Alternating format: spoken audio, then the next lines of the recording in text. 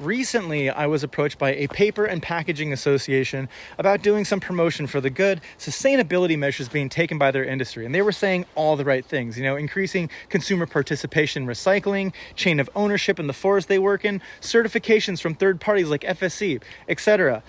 But when I looked into their board and who they represented, everything took a sudden turn. See, their board was comprised of folks from various paper and packaging manufacturers such as International Paper or Domtar, which is owned by Paper Excellence, who claims that they're sustainable while still actively clear-cutting old-growth forests in northern BC to be turned into toilet paper. Or Pactive Evergreen, who claims to have strong community values but then is actively closing mills and moving operations to cheaper countries while still not paying the debts it owes to the communities that it leaves in shambles. And while this association was again, saying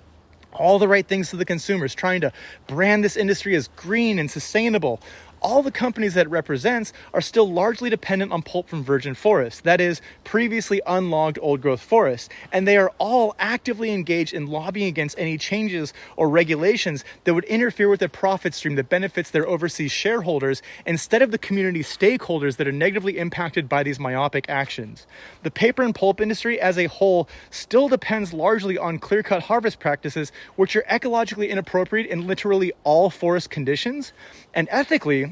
as a society, we should only be supporting paper and pulp derived from either purely recycled sources or alternatives to forest products such as hemp, bamboo, or agricultural waste, which can be created much easier with fewer inputs and less environmental degradation. Unfortunately, though,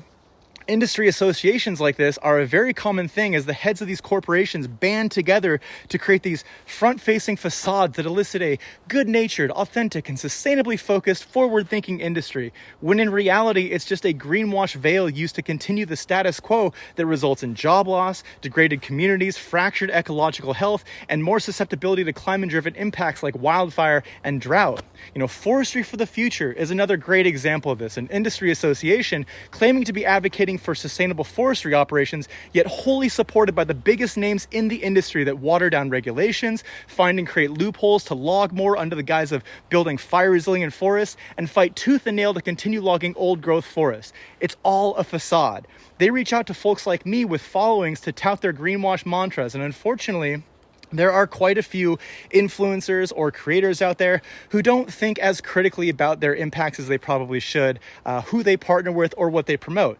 Influencers who don't do their due diligence and will probably end up trying to sell you their praises in the next coming weeks or so. So be ready for that. And be ready to call it out, because we don't need any more of that in the world, and we surely shouldn't be supporting anyone who tries to feed that to us. We live in a crazy world where everyone with money is trying to put a spin on all the evil they do to continue making more and more of that money in this late-stage capitalist nightmare we live in, with no care for who or what it impacts. So please, do your homework, think critically, ask hard questions, look into the nitty-gritty, and don't trust people on these platforms who don't do that themselves and who are just trying to sell you things. Don't give in to the greenwash marketing that these companies use to make a buck, destroying the places we all live amongst and the future we all share. Thank you.